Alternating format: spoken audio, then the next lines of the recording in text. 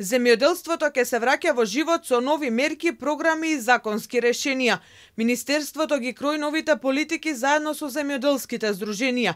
Засилена промоција на македонските производи, преку кои што ќе се развива и локалната економија и туризмот. Министерот Трипуновски вели дека во фокусот останува поддршката за македонските земјоделци, која што веќе е предвидена во буџетот за 2025 година. Новиот буџет за 2025 година, каде што се предвидуваат сериозна и поддршка на земјоделците и оние класични наречени субвенции ќе бидат навремени. За дел од нив ќе има изголемување, инвестиции во водостопанството, инвестиции во шумарството. Едноставно имаме едно забрзано темпо и сериозен приоритет во делот на Македонија, повторно со горност да кажуваме дека е земјоделска држава и оваа категорија наречена земјоделец навистина со едно достоинство да го кажува дека навистина произведува храни и државата дома и надвор од границите. Освен промоцијата низ Македонија, Министерството ќе ги промовира македонските производи и надвор од државата.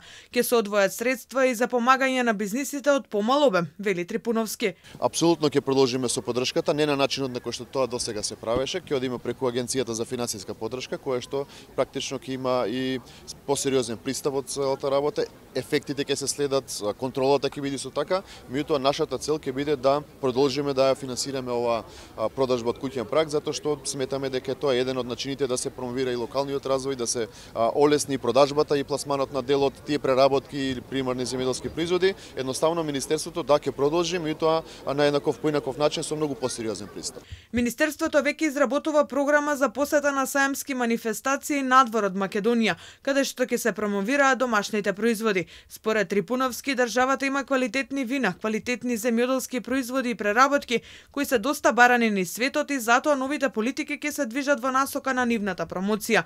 Таков беше и денешниот настан во општина Аеродром, каде што имаше над 300 изложувачи и 50 здруженија кои ги промовираа своите производи и преработки.